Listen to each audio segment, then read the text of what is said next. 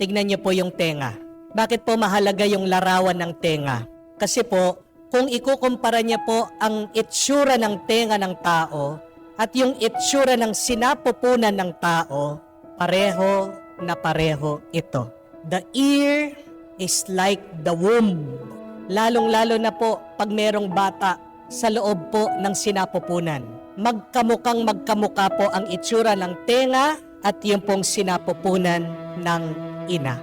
Ano pong ibig sabihin nito? Na ang tenga natin ay parang sinapupunan.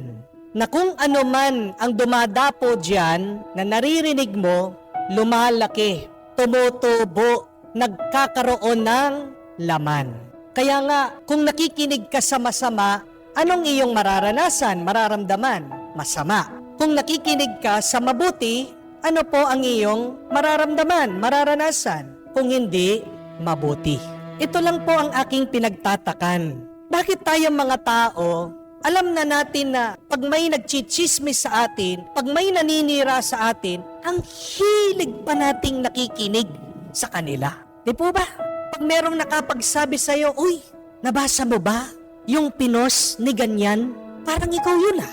Anong gagawin natin? Pupunta tayo do sa Facebook niya, do sa profile niya, babasahin mo.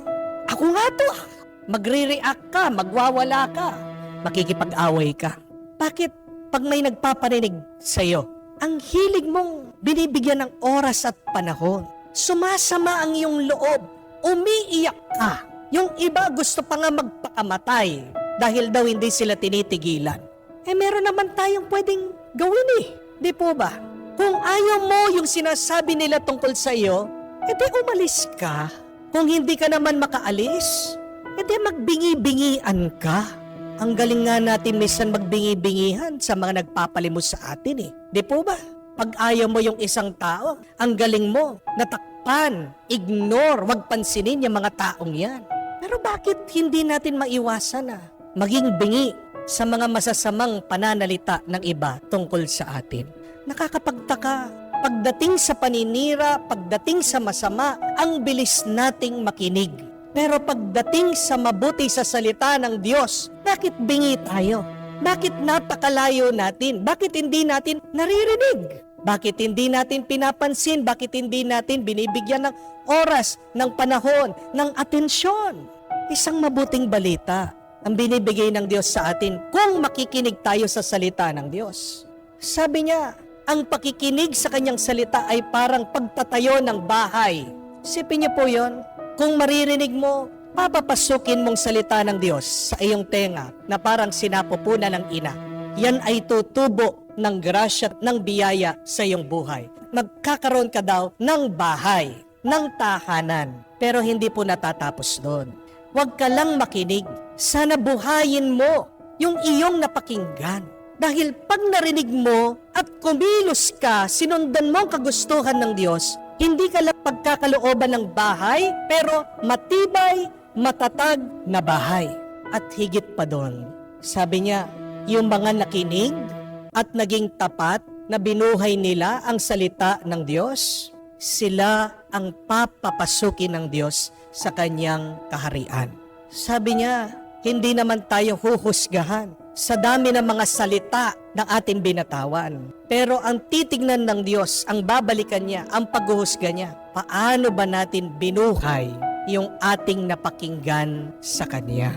Paano tayo magkakaroon ng grasya? Kung yung mga iba sa atin, paminsan-minsan lang nagsisimba at nakakarinig ng salita ng Diyos. Amen? Kaya huwag kang magtaka, bakit wala kang grasya, pagpapala? Bakit wala kang bendisyon na natatanggap ngayon? Baka mas malapit ka pang nakikinig sa masama, sa paninira, kesa sa salita ng Diyos, sa kanyang kagustuhan, na tunay namang nakakapagpalakas sa atin at nakakapagbigay ng buhay. When you are depressed, read the Bible. Listen closely to the Word of God. When you are sad, go to Mass. Listen to the Word of God in the Mass. Tingnan nyo nga po si San Agustin, dating taong makasalanan. Lahat ng mga kasalanan tinikman, pero bakit nagbago? Napadaan lang sa simbahan at narinig ang sermon ng pari, si San Ambrosio. ang salita ng Diyos dumapo sa kanyang tenga at ito po ay namunga o musbong, sinilang sa kanyang puso. Dahil lang sa simple na salita ng Diyos. Ito po ang simula ng pagbabagong buhay niya at dito din po sinilang ang isang banal na tao. Kaya mga kapatid, tandaan niyo po ito. Pwede mong piliin kung ano ang iyong pinakikinggan. Huwag kang maging biktima ng paninira ng ibang tao. Huwag mo nang hanapin yung mga masamang sinasabi nila sa iyo. At sana takpan mo ang iyong mga tenga pag nakakarinig ka ng masama. Dahil tandaan mo, anuman ang pumasok sa iyong tenga, yan ay mamumunga at lalaki sa iyong puso, sa iyong damdamin.